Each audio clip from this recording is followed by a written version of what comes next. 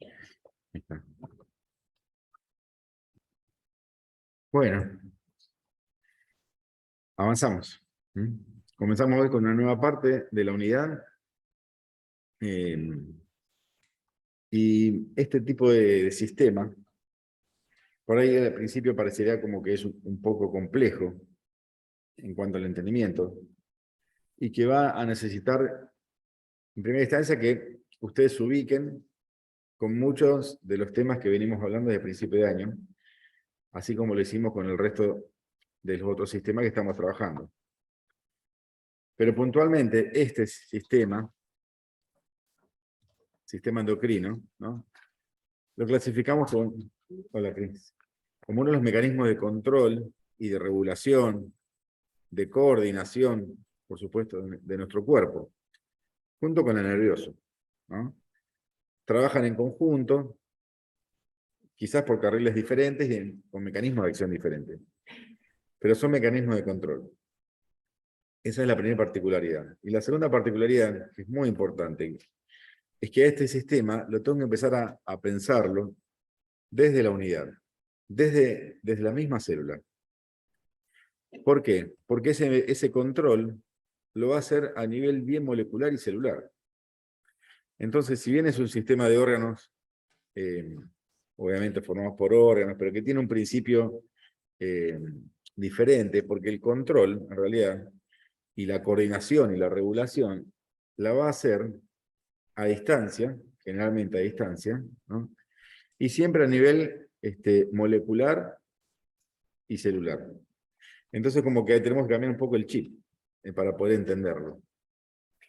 Para agregar, quizás sea en este tema donde aplicamos todo esto que aprendimos en esa membrana y en esos elementos que tenía el citoplasma, por la interacción que tiene el producto de lo que vamos a empezar a hablar hoy, como dijo bien el doctor, a nivel celular, en la célula que va a actuar esta sustancia que elaboran un grupo de células o alguna célula que tenga esa función de glándula endocrina. Entonces acá vamos a relacionar características que hemos aprendido quizás en la primera unidad, sobre todo en célula, por esa membrana, por ese citoplasma, para comprender el accionar. Pero bueno, si escuchamos y más o menos van viendo las imágenes, van a entender un poco el funcionamiento. Eso. Muy bien, está perfecto. Bueno, rápidamente, como buen sistema de órganos, está formado por órganos, ¿no? Donde la relación, digamos, de este control también está dado por un sistema de autocontrol, ¿no? Y que está formado obviamente, por glándulas, ¿no? Que van a producir un tipo de producto de secreción que lo van a volcar hacia el medio extracelular para poder influir a otro huésped a distancia, ¿no? El término endocrino, si ustedes se acuerdan, el prefijo endo quiere decir interno y crino habla de glándula, ¿no? Y si recordamos un poquito, así como les dijo Adri recién, están formados por tejido epitelial del tipo endocrino y que la vehiculización de este producto no la hace a partir de un conducto excretor, sino que directamente a través del sistema circulatorio, capilar y retorno venoso, y de ahí se distribuye por el resto del cuerpo. Ahora, la particularidad que ustedes tienen que entender también es de qué manera, cuánta cantidad de hormona o de este producto de secreción tengo que liberar por día, dónde va a trabajar, en qué momento y cómo lo hace. Y eso es lo que vamos a hablar hoy, puntualmente hoy. Quizás no es tan histológico el teórico de hoy, tiene mucha histología, por supuesto, pero también tiene mucho a nivel funcional, porque para poder entender cómo trabajan tengo que conocer la estructura, y al revés, está muy relacionado. Bueno, en toda la economía de nuestro cuerpo tenemos diferentes tipos de órganos, por supuesto, y vamos a ver que hoy comenzamos con este teórico y los próximos teóricos vamos a hablar de algunas glándulas puntualmente, algunas van a ver que son endócrinas puras, y hay otras que van a ser anficrinas. Obviamente vamos a puntualizar los dos tipos de secreciones, ¿no? Pero con lo que respecta a lo de endocrino, digamos, vamos a puntualizar, en este caso, la producción endocrina de estas glándulas anficrinas. ¿Mm?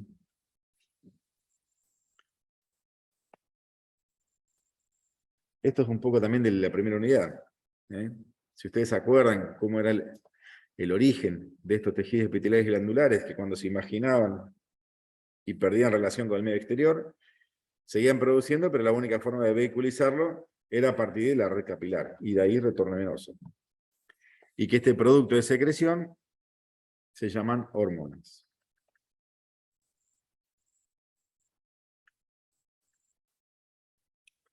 Bueno, seguimos repasando. Características generales. Entonces, no poseen el conducto excretor, directamente se vehiculizan a partir de capilares y de ahí la circulación general, y sus secreciones se van a transportar a sitio específico de acción. Esta palabra, estos términos, mejor dicho, sitio específico de acción, mecanismo de acción, lo van a empezar a escuchar ahora, lo van a ver en fisiología el año que viene, y cuando lleguen a farmacología también lo van a trabajar mucho. Porque básicamente cuando hablamos de un sitio específico de acción, el término sitio, no hace falta que lo expliquemos, es el lugar donde va a trabajar, pero es específico. No tenemos una hormona maestra que haga todo, mágica. Cada hormona está formada por una determinada composición química que tiene un sitio específico de acción. Por eso lo hace complejo a este sistema y lo hace único también, ¿no? Y obviamente va a difundir, como ya le explicamos antes, a nivel del sistema circulatorio. Hay excepciones también, Sí. de que a veces no actúa o no va al vaso sanguíneo, hay excepciones que vamos a nombrar, sino que actúa en el tejido conjuntivo.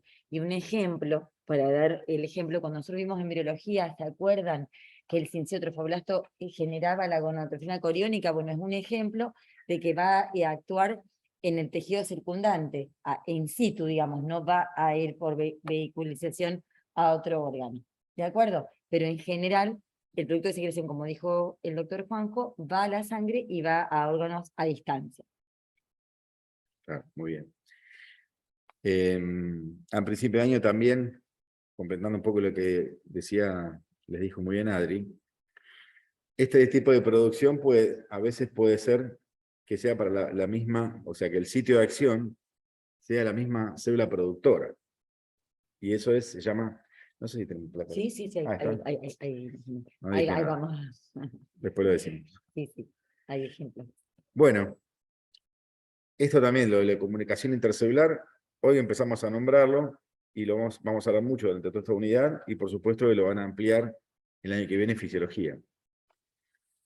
Y realmente el sistema endocrino es un sistema de comunicación intercelular. Porque las glándulas están formadas por células y las hormonas las producen las células. Y es la forma de conectarse y de comunicarse. Por eso hablamos de la comunicación intercelular. Y una hormona es un mensajero químico. No es una célula, sino que es un producto de secreción de una célula. También se la llama molécula señal. Este término también lo van a escuchar mucho en esta unidad. La molécula señal. Está hablando de la molécula que tiene la capacidad de llevar una información. Hay un dato que es muy importante, que estas moléculas señales, mensajeros químicos, solo llevan información, pero no tienen actividad. La actividad la va a hacer el huésped, específicamente. Lo que hace la hormona es llevar la información para que desencadenar una respuesta. Y que cuando esta molécula llega hasta el lugar, hasta el sitio específico de acción, que el sitio específico de acción la reconoce, que tiene que haber un reconocimiento. Y si hay un reconocimiento va a haber una adhesión, se van a adherir. Y recién ahí pasa la información. Entonces, luego de todo esto, la respuesta va a ser del tipo irreversible. Es decir, que cuando suceden estas características, reconocimiento, adhesión y pasaje de información, ¿no? Mensaje, la respuesta va a ser irreversible.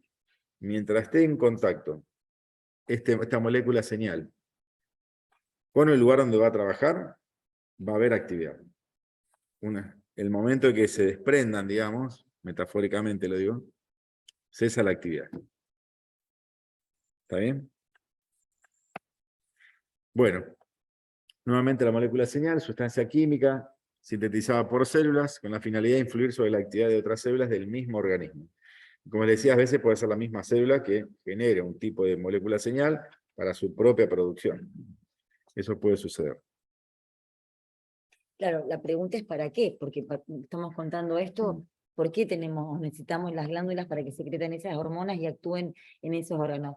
Para mantener la homeostasis del cuerpo, para fomentar el crecimiento y desarrollo de todo nuestro cuerpo.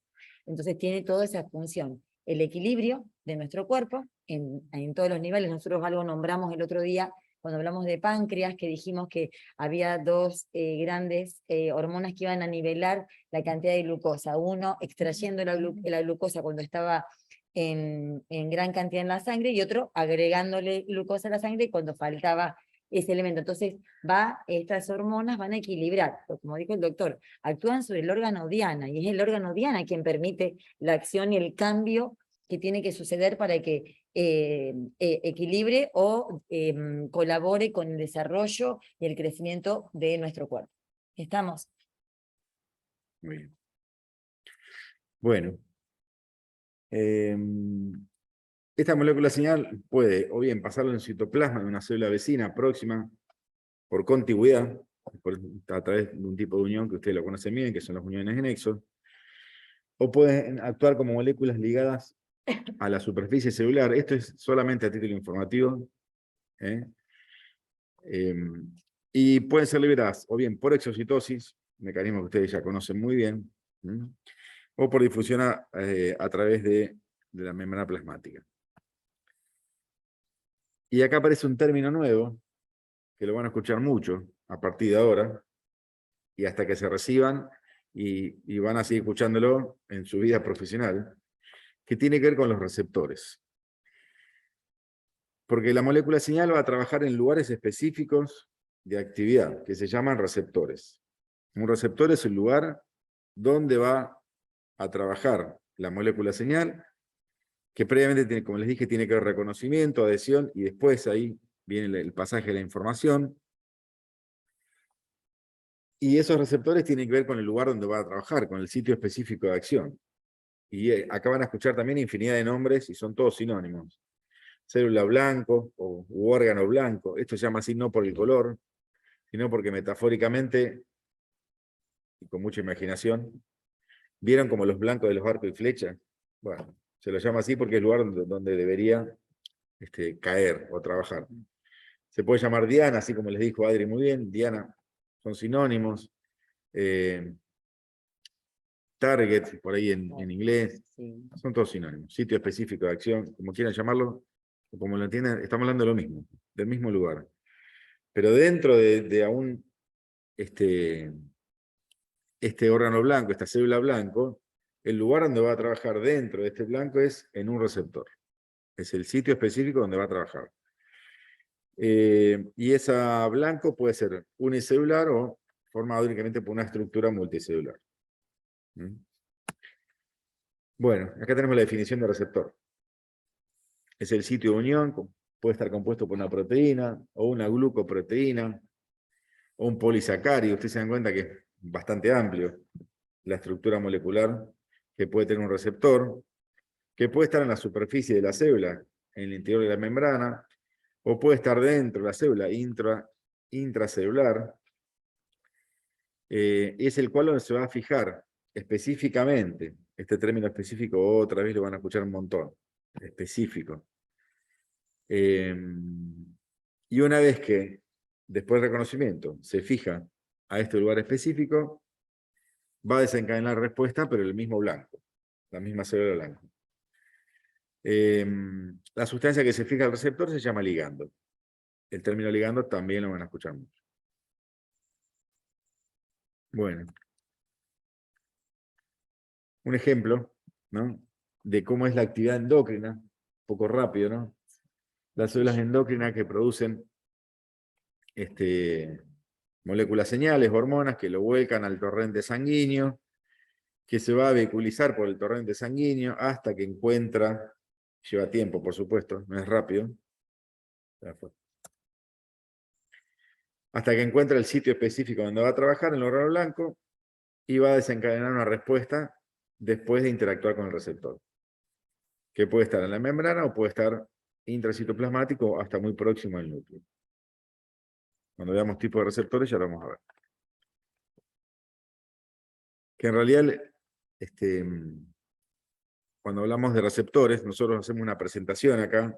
El año que viene, cuando lleguen a fisiología, tienen prácticamente una unidad especial que les van a hablar de receptores. Nosotros en histología solo los presentamos, hacemos un pantallazo general. Pero bueno, van a ampliar el año que viene en fisiología. Esta imagen es un poco gráfica. Por supuesto que no tienen figuras geométricas en biología, pero viene a representar un poco de qué manera estos receptores van a interaccionar encajando perfectamente a nivel molecular con la molécula señal, al revés. La molécula señal, cómo encaja perfectamente y geométricamente, como este ejemplo, con su receptor, ¿no?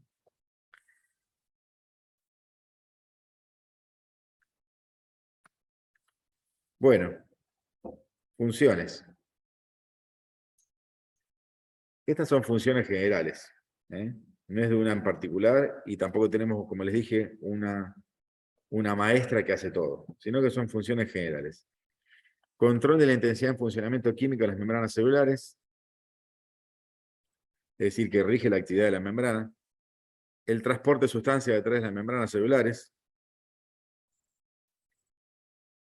Provoca el crecimiento y la secreción de otra población celular, potenciándola. O bien puede regular la actividad metabólica en ciertos órganos y tejidos. Cuando vayamos a trabajar órgano por órgano y hormona por hormona, puntualmente vamos a desarrollar qué actividad tiene cada una de estas hormonas, ¿no? Y por supuesto conservar la homeostasis. Homeostasis, recuerden, tiene que ver con el normal funcionamiento de todos mis sistemas de mi organismo. Eso es homeostasis. Muy bien.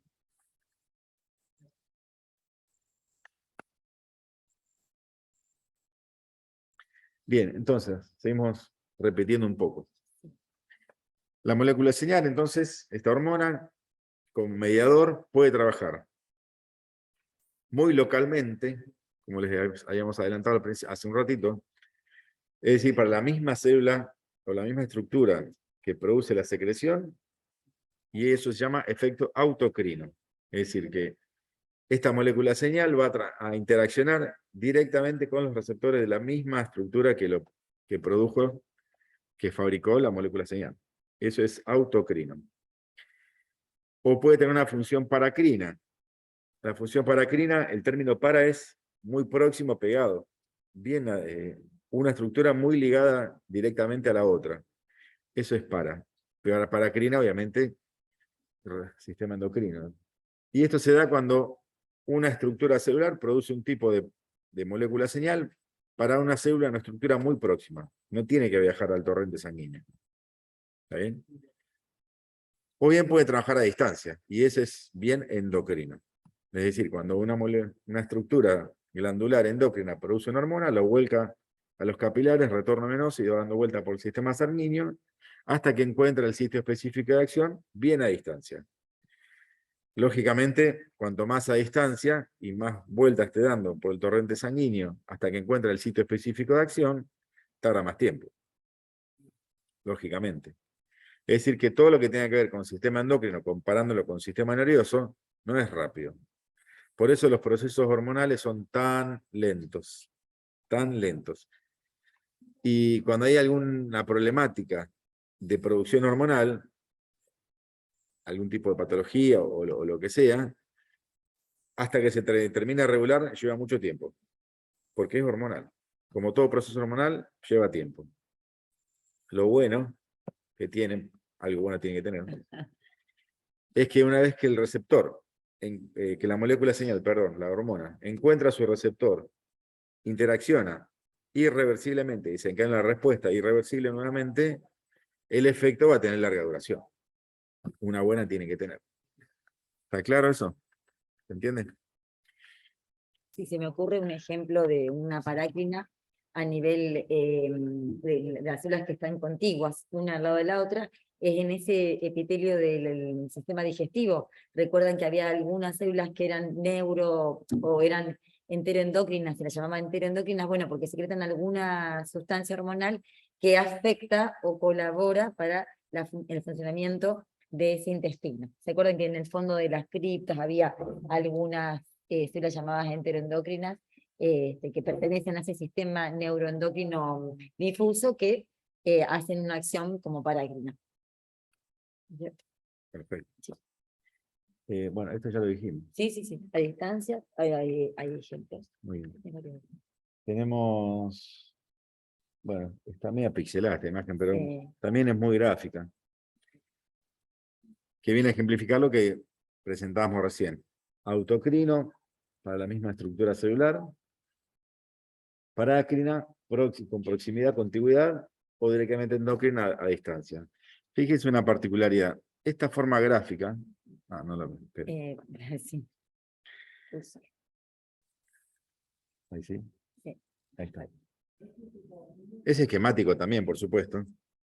Como grafica, ven la producción hormonal como circulitos, y estas estructuras que parecen como antenas o pararrayos, o como quieran llamarlos, vienen a ejemplificar a los receptores, que en este caso, bueno, están en la membrana plasmática. Pero solamente un ejemplo. En cambio, miren acá, ven la producción hormonal, los circulitos, las esferas representan las hormonas, y de vuelta estos pararrayos, metafóricamente, los receptores y las células blancas, a distancia. Bueno. Sí, este es un poco más actualizado, pero bueno, ven a hablar exactamente lo mismo. Bueno, ¿vamos bien hasta acá? Bien. Entonces, ustedes piensen que el sistema nervioso generalmente está conectado a partir de los conectores, que son las neuronas, a partir de la medio de comunicación, que son las sinapsis. Bueno, acá no hay sinapsis. Entonces, por eso, como les decía antes, el efecto es lento, difuso, pero es de larga duración. Lento porque hasta que se produce y se vehiculiza y llega hasta el sitio de especificación pasa mucho tiempo. Pero como les dije, el efecto es de larga duración. Muy bien.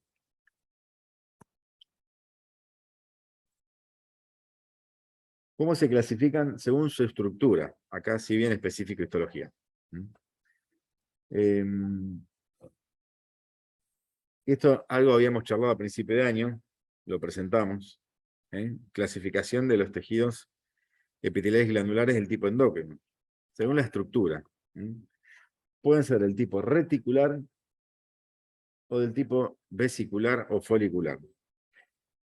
El término retículo ustedes lo conocen muy bien, es una red, un entrecruzamiento de sus paredes celulares, y es una variedad, como por ejemplo el que está esta imagen histológica que está del lado izquierdo, que es la glándula suprarrenal, que ya la vamos a ver la semana que viene, o la otra, no me acuerdo cuándo nos toca. Hipófisis el miércoles que viene, y el otro lunes también es feriado, así que el otro miércoles. Porque el lunes no hay clase, 3 chicos. no hay clase y 10 tampoco hay clase. 3 y 10, 2 lunes no tienen clase. Entonces la otra semana, claro, en 2 semanas. Sí. Bien. Bueno, y si ustedes agudizan un poco la vista y con mucha imaginación también, van a ver como que se produce un entrecruzamiento de las cadenas celulares, y eso es característico del tipo bien reticular, es una de las variedades. En cambio, este órgano que ustedes lo vieron en la primera unidad, la glándula tiroides, que estaba formada por vesículas o folículos. Los folículos tiroideos de la población celular está periférica, pero este contenido, que se llama coloide, ¿qué diferencia entre esta imagen? Mirá cómo se ve. Sí, nada que ver. Nada que ver. Sí. Por suerte se ve mejor ahí. Se ve mejor, sí. Bueno. Más clara, más linda. No sé, bárbaro. Ven las células glandulares foliculares, que en realidad la histofisiología de la glándula tiroides, estas células son las que van a producir la hormona, pero el coloide tiene mucho de actividad también. Hace como una vía retrógrada para poder complejizar estas estructuras hormonales, y después sí, se vehiculizan externamente. Y por supuesto tejido conectivo alrededor. Como buen debajo de un tejido epitelial, siempre en conectivo. Exacto. ¿Está claro? Bueno, esto tiene que ver con la clasificación según la composición química de las moléculas señales. ¿Cómo se clasifican las hormonas? Eso, como les dije, es una clasificación media genérica, ¿no? Y es solo a título de presentación. Pueden ser derivadas de lípidos, hormonas lipídicas, de esteroides. El término esteroides lo van a escuchar mucho, esta unidad. Y de ácidos grasos, composición química bien lipídica. Pueden ser proteínicas, muchas de la población hormonal son proteínas, o péptidos pequeños, o los análogos de aminoácidos y el ácido araquidónico. Como les dije, es una clasificación media amplia, general, pero es para introducirnos un poco de cómo van a trabajar en forma general cada una de las hormonas, y que en realidad su actividad y su relación con los receptores va a depender de su naturaleza química. ¿Está bien? Sí. Y agregar que nosotros más comúnmente vamos a nombrarlas en el tipo de glándulas que nosotros le vamos a dar, que es suprarrenal, ovario, testículo, como glándula endocrina. Este año agregamos paratiroides para hablar de la paratormona. Los análogos y derivados de aminoácidos ácido araquidónico son las glandinas o prostaciclinas, y los leucotrenos, que son, lo hemos nombrado en el periodo de inflamación, que actúan cuando tenemos una agresión en el tejido, que desencadenan algunas células la salida de gránulos que tengan estos elementos. Entonces se refieren son los ejemplos de los derivados de aminoácidos o el ácido araquidónico, sobre todo el ácido araquidónico, leucotrienos y proteaciclinas y prostaglandinas. Me salió mejor. ¿Estamos? Y creo que los análogos derivados de aminoácidos son las catecolaminas, que es unas hormonas que va a secretar una parte de la glándula suprarrenal. Pero nosotros vamos a nombrar, como dijo él, la palabra esteroides, sobre todo en suprarrenal, la vamos a nombrar mucho, y las proteicas, el ejemplo que vimos el día anterior, que fue la insulina y el glucagón, que son hormonas tipo proteicas, que tiene que ver también con su sitio de acción, que ahora vamos a seguir hablando de eso.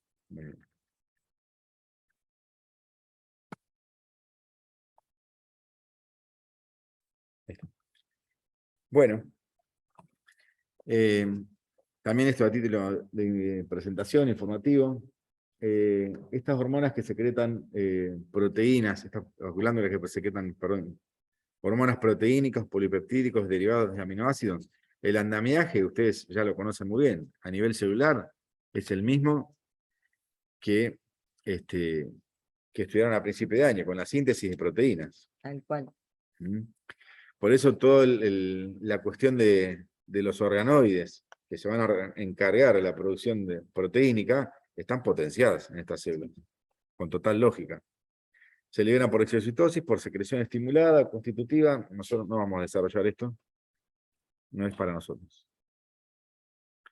Pero sí están regidos, como les adelantamos que lo vamos a presentar al final del teórico, tiene que haber un mecanismo de autocontrol y de autorregulación.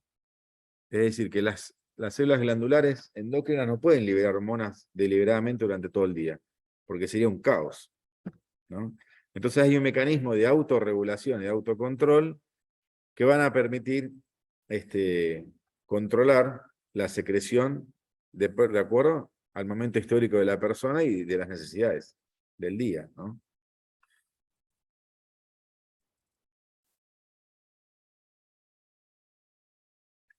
Bien. La otra, claro, para el grupo de las células que secretan los esteroides, al ser otra naturaleza química, no proteínica, sino del tipo lipídica, los organoides que van a estar más potenciados son los que tengan que ver con la parte lipídica, con total lógica. Y la liberación automática del estímulo por difusión. Bueno, esto también ya lo vamos a avanzar. Entonces, ¿qué va a tener desarrollado? El RER, no, más el REL, porque tiene que ver con la generación de síntesis de esteroides o lípidos. Entonces hay que pensar siempre en cuál es la función para saber qué es lo que tiene esa célula para generar tal función. ¿Estamos? Por eso siempre nosotros decimos que la materia como que avanza, pero volvemos siempre a la primera unidad en esa célula que es la base de toda la histología durante todo el transcurso de la materia. Bueno, seguimos repitiendo, esto ya lo dijimos. Ahora, Ahora, ¿dónde se encuentran los claro. receptores? ¿Dónde podemos encontrar los receptores del órgano blanco o de la célula blanco? Como les dijimos, pueden estar en la membrana plasmática o pueden estar en el interior, intracelular, intracitoplasmático, es decir, que está ubicado dentro del citoplasma. El pensamiento más lógico sería, si un receptor está dentro del citoplasma, lógicamente la molécula señal, una vez que reconoce dónde va a trabajar, tiene que tener la particularidad de poder atravesar en primera instancia la membrana plasmática y después buscar al receptor dentro del citoplasma. Eso lo hace quizás que el mecanismo de acción sea aún más lento todavía, ¿no? Y otra pregunta, ¿cuál es la que traspase la membrana plasmática por su contenido químico que el doctor recién nos contó? ¿Qué les parece? ¿Cuál va a poder traspasar la membrana y no necesitar un receptor en la membrana plasmática? ¿Las lipídicas o las proteicas? Por el contenido de esa membrana plasmática. ¿Cuál? Muy bien, las lipídicas van a atravesar fácilmente esa membrana y van a buscar ese receptor intracelularmente, y hay otra cosita más, a veces son intranucleares. En cambio, las proteicas necesitan de un receptor en la membrana plasmática. Claro, tal cual. Ahí vamos relacionando el contenido químico con la acción y dónde va a ir.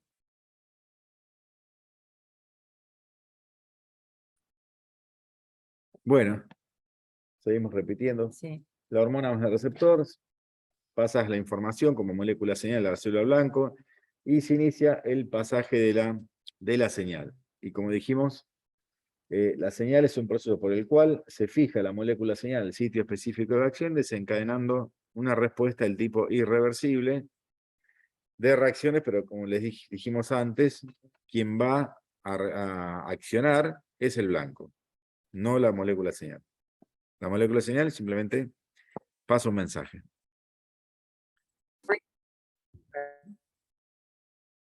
¿Qué pasó? ¿Voy a grabar? No sé. A ver. No, está No, grabando. está bien. No sé qué pasó. Todo tiene vida. Bueno, Bien. seguimos.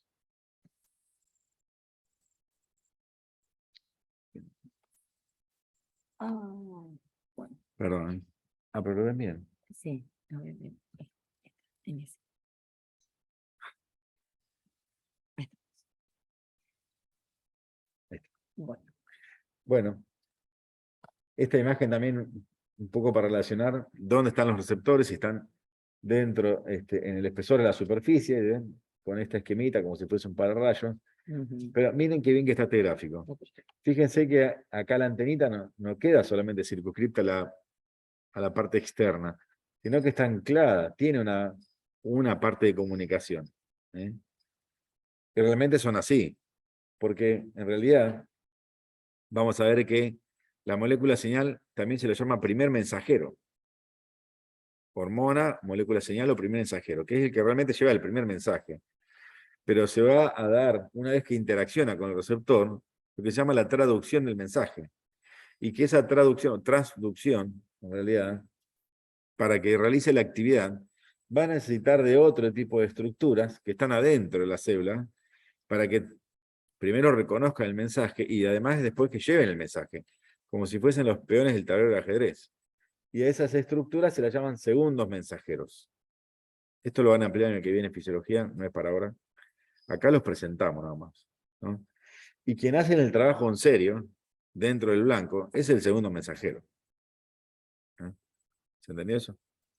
está claro. Y si miran el gráfico está clarísimo. Sí. Y viene la acción, segundo mensajero que actúa para la síntesis de otras proteínas, depende del mensaje que le lleve esa hormona en ese órgano blanco, o si no va al canal iónico, también la interacción con el traspaso de información entre células. ¿de acuerdo? Se necesita porque aparte se da en hormonas de origen proteico. Se detienen en la membrana porque necesitan de ese reconocimiento de ese receptor en esa membrana y transmitir ese primer mensaje al segundo mensajero, que es la proteína G. Y fíjense cómo traduce la proteína G con una enzima, obviamente, hacia el resto, hacia el interior del citoplasma para su acción, como dijimos, regulación de homeostasis o desarrollo y crecimiento con todas las funciones que tiene el sistema hormonal. En cambio, miren El otro, un la poco más otra complejo. porción, este es bastante más complejo. Por eso les decía a Adri que faltaba otra cosita más. Bueno, Sí. no tan cosita. Es un poco más complejo, pero bueno, más que nada para que entendamos el mecanismo.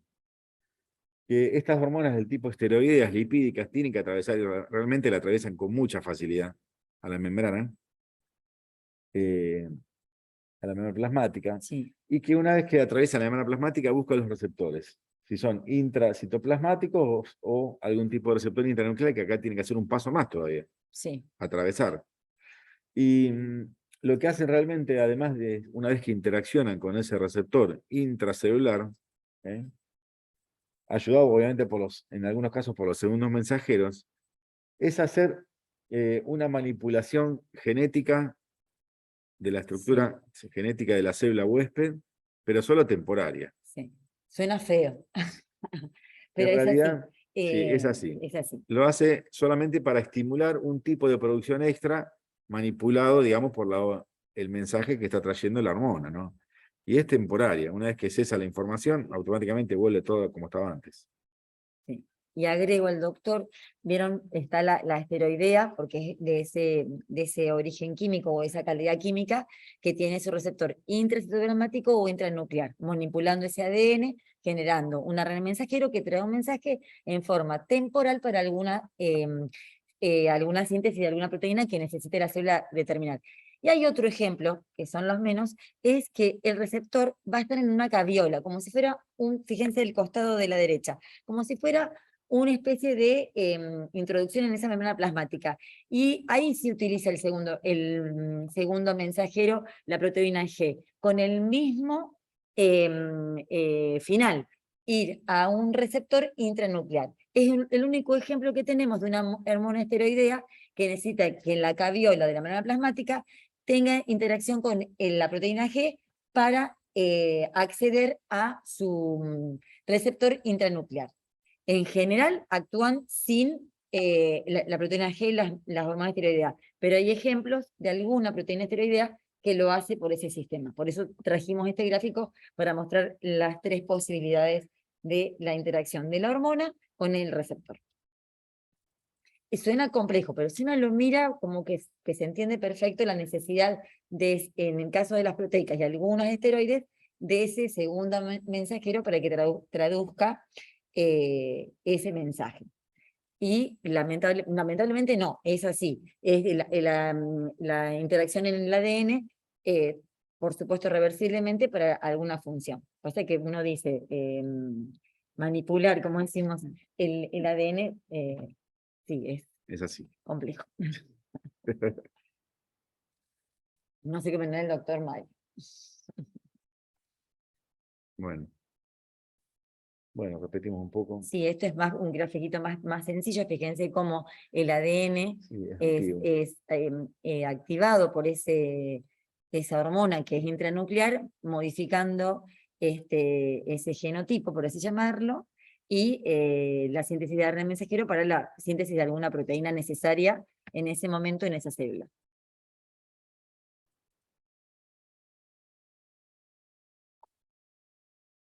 Lo mismo, más ejemplos. Sí. Bueno, avanzamos. Sí.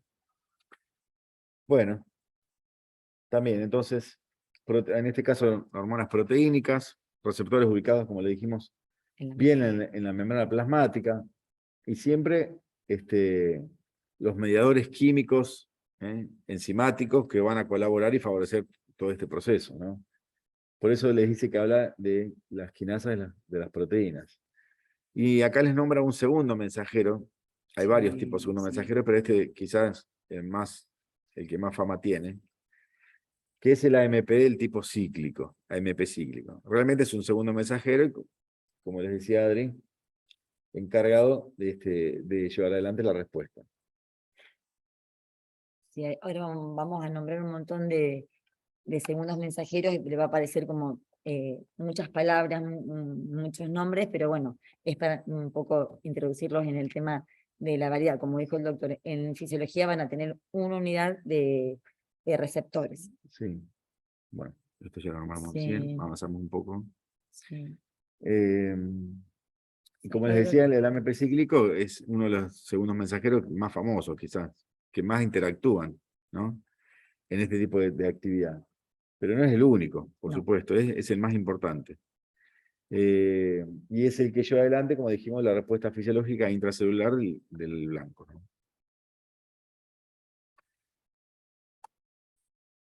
Tenemos otros segundos mensajeros, el inositol trifosfato o el diacilglicerol. Y estos en realidad nosotros los mencionamos porque lo importante de estos es de dónde derivan, de dónde salen estos segundos mensajeros. Y estos derivan en realidad del fosfatilinositol, que en realidad es una estructura ubicado bien en la intimidad y el espesor de la membrana plasmática, especialmente de los fosfolípidos. Por eso lo mencionamos porque es importante conocerlos. Es decir, que de las colas de los fosfolípidos derivan estos dos segundos mensajeros. Y se activan obviamente cuando viene el receptor, en la molécula interacciona con el receptor de membrana, lógicamente. ¿Está claro? Es como complejo un poco, sí. Pero ¿no? bueno, entender el mecanismo sin acordarse un poco de los nombres es lo que nosotros pretendemos que ellos conozcan, Claro. ustedes conozcan. Bueno, existen otro tipo de receptores que nosotros no vamos a desarrollarlos, que solo los mencionamos nada más. Receptores de membrana para activar el segundo mensajero, como les nombró Adri muy bien antes, la proteína G es una estructura que va a colaborar directamente, que es la fijadora del trifosfato de guanosina. O tenemos otro tipo de receptores que se llaman catalíticos, que en realidad se llaman así porque trabajan como una verdadera actividad enzimática. Por eso se llaman así. Nosotros solo lo nombramos, no lo vamos a Sí, desarrollar. Bueno, acción general de las hormonas. Actúan sobre la velocidad de síntesis proteínicas o enzimáticas, generalmente acelerando, pero pueden también retardar. Actúan sobre la velocidad con que se desarrollan los procesos enzimáticos, o modifican la permeabilidad de algunas membranas celulares. Son funciones generales. Pueden tener un efecto estimulante, pueden tener un efecto inhibitorio. Estos términos antagonistas o término agonista lo van a escuchar mucho en farmacología. Pueden tener un efecto antagonista, pueden tener un efecto sinergista, ya vamos a ver cada uno, o pueden tener un efecto trópico o trófico. Lo van a sí, encontrar, depende del libro, con P o con F. sí, Está hablando de lo mismo. sí, El efecto estimulante es cuando promueve la actividad. Una hormona promueve favoreciendo la actividad de otra estructura. Como por ejemplo, la prolactina, que cuando lleguemos a hipófisis vamos a ver qué es, de dónde sale y para qué sirve. O puede tener un efecto inhibitorio, reduciendo la actividad. Inhibitorio es totalmente contrario a estimulante, como es el ejemplo de la somatostatina y otras más también. Pueden tener un efecto antagonista. Esto quiere decir que hacen totalmente lo contrario. eso lo vimos la semana pasada con la insulina y el glucagón, que eran antagónicos, Claro, eran efectos antagónicos. claro. Donde dos hormonas producen en el mismo lugar totalmente lo contrario, es decir, con el mismo sustrato. Muy bien, pueden tener un efecto sinergista, es decir, que ambas hormonas hacen lo mismo y tenemos diferentes tipos de sinergismo. O pueden ser de suma, donde las dos funciones se suman, o podemos tener un sinergismo de potencia, donde las dos hormonas trabajan en el mismo lugar y los efectos se multiplican, no se suman. Eso es sinergismo de potencia.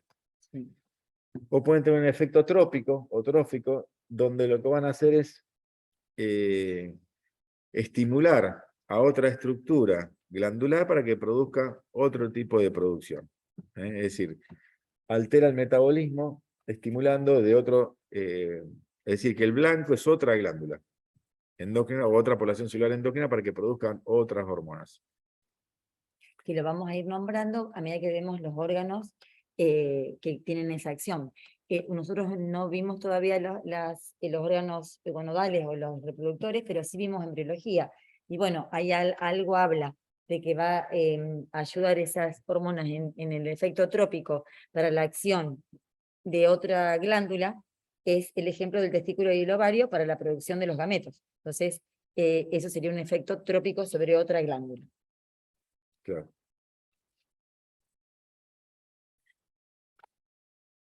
Bueno, ¿qué sucede finalmente con la hormona una vez que trabajó?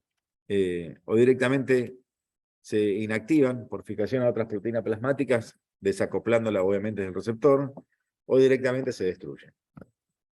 ¿Se acuerdan cuando hablamos de plasma? Dijimos que algunas proteínas plasmáticas podían llevar hormonas o degradarlas. O sea, acá está el ejemplo. Y también algo que no lo tenemos ahí fijado, que algunas hormonas necesitan de transportadores. Hay hormonas que no, que se vuelcan al torrente sanguíneo y van directamente al órgano blanco, diana, target, como lo encontremos. Y otras necesitan algún colectivo que la lleve o remis hacia el órgano blanco. ¿Por qué? Porque evita que se degrade en ese camino en la circulación.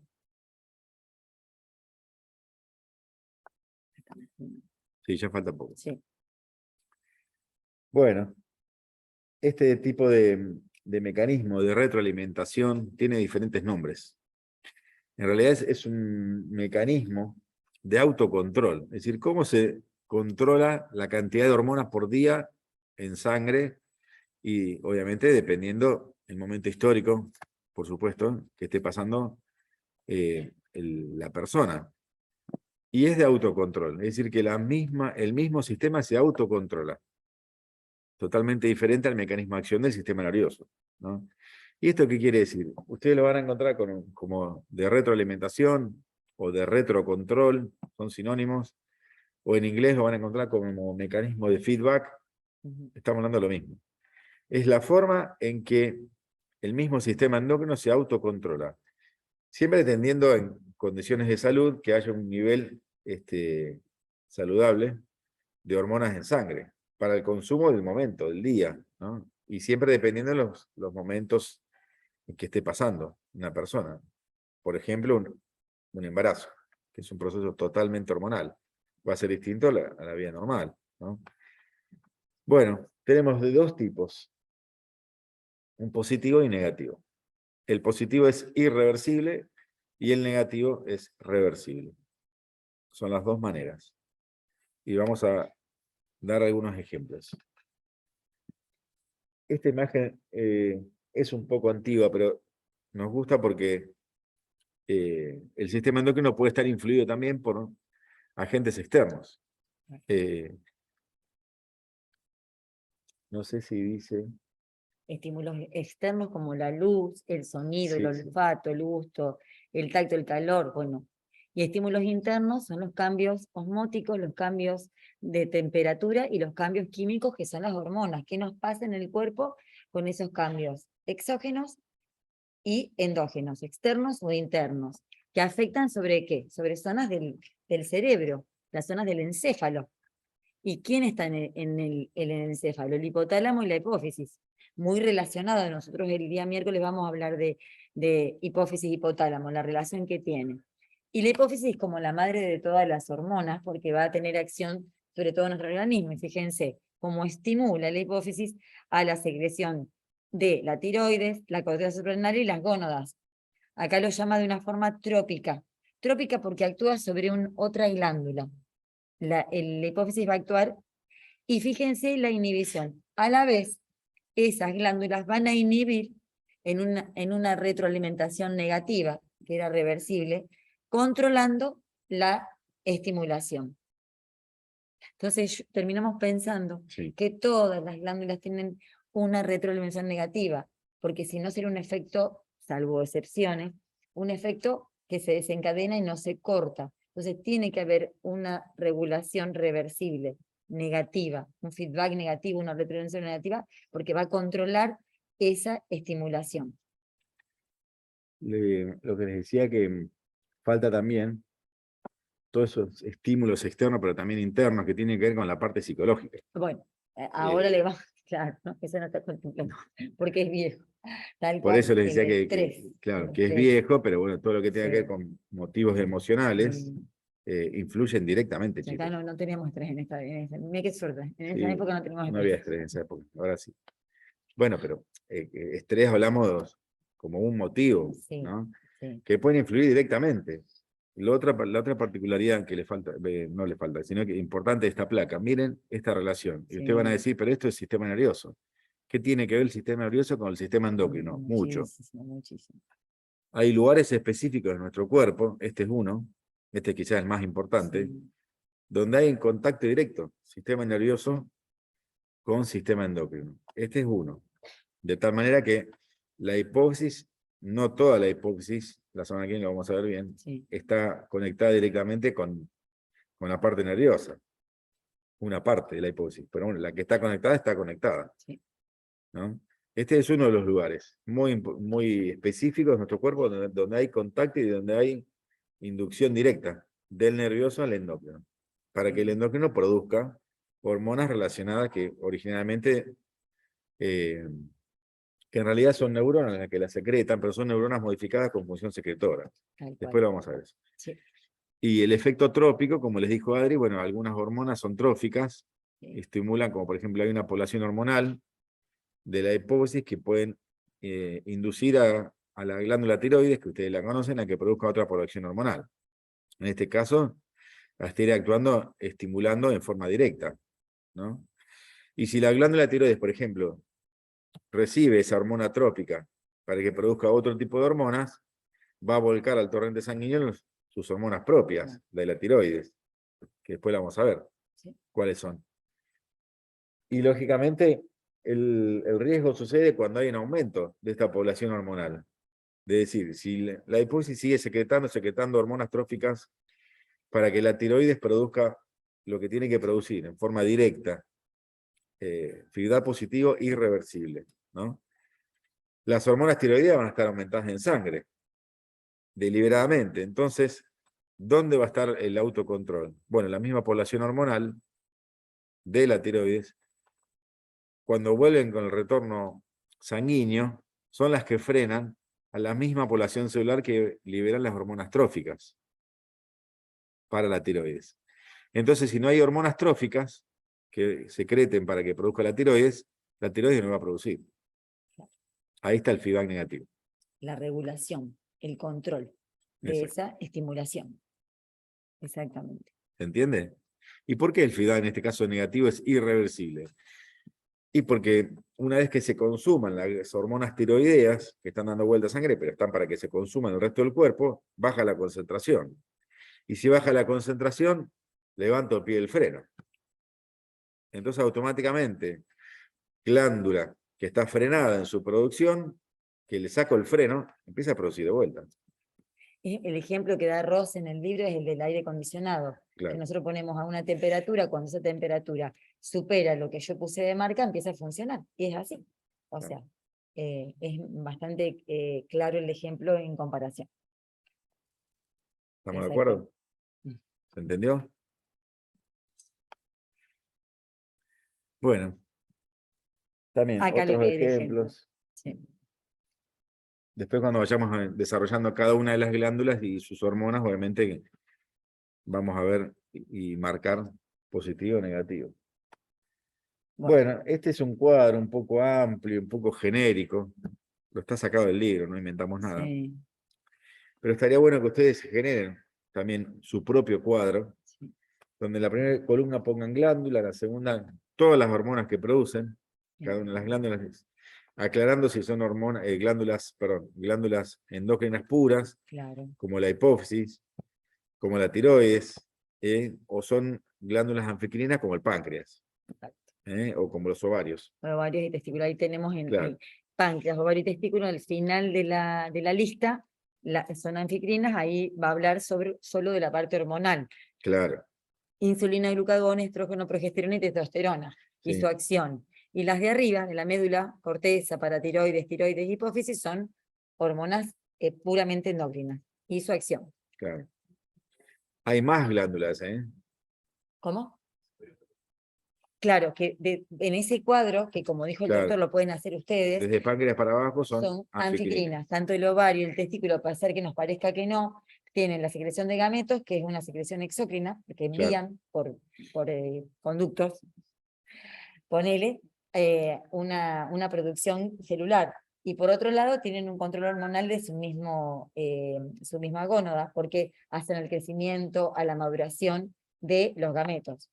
Y más allá, cuando hay embarazo, el ovario va a encargarse de mantener al endometrio en fase secretora, cuando vimos embriología. De páncreas para arriba, o sea, desde la médula suprarrenal, son glándulas endocrinas puras.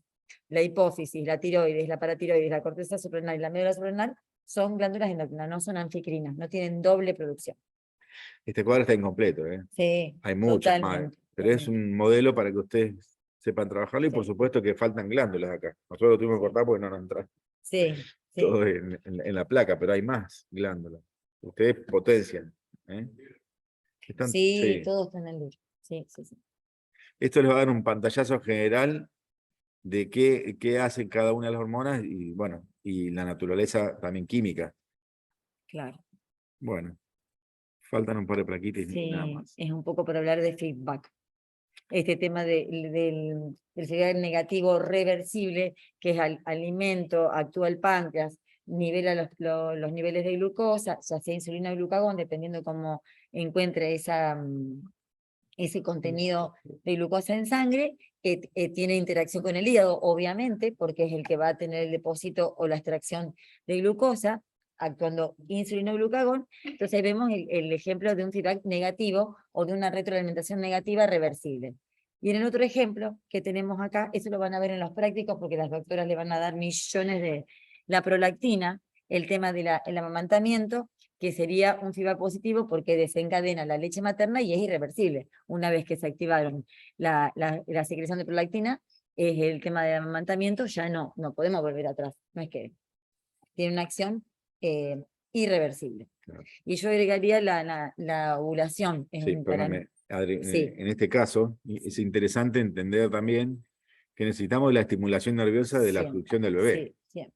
Si no, no hay Sí. estimulación, o sea, no hay la estimulación para que acá de vuelta volvemos a potenciar otro ejemplo de conexión directa entre el sistema nervioso y Sí, endocrino. sí, tal Porque si cual. no hay estimulación nerviosa de succión, Sí, mi glándula hipófisis no va a saber que tiene que secretar la prolactina, por ejemplo, sí, entre otras. sí, ¿no? exacto. Y es el feedback que está ahí. Claro, Nervioso por un lado, estimulación, y después endocrino en la secreción de hormonas, y obviamente las glándulas mamarias son exócrinas, exacto. puras. Exacto. Otro ejemplo para mí es ovulación. Sucede la ovulación y no hay marcha atrás. El ovario elimina el ovocito, el gameto y ya está, no es que vuelva para atrás. Otra cosa, por esto del amamantamiento y hay como que las mamás, bueno, esto es muy clínica, pero que no tienen leche, qué sé yo, no, ahí faltaría el estímulo de succión. A veces por dolor o por molestia, qué sé yo, la mamá que ha tenido un bebé no estimula esa succión, entonces, por supuesto, el contenido de prolactina disminuye y hace que no haya producción de leche.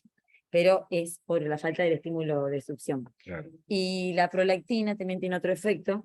En los países en los lugares del norte argentino donde hay mucha pobreza y no hay control de natalidad, porque no hay campañas para controlar la natalidad, se le incentiva el amamantamiento porque la prolactina tiene un efecto de no generación de gametos, es como anovulatorio, disminuye la producción de la generación de ovocitos, por lo cual hace como un control para que la mamá, Natalidad. la de natalidad, exactamente en esos lugares donde no hay campañas, un poca campaña para el control de natalidad. Entonces incentivan el amamantamiento para tener elevado, creo que es así, Mario, la cantidad de prolactina en sangre y evitar embarazos quizás no deseados o viste que tienen como muchos hijitos y demás.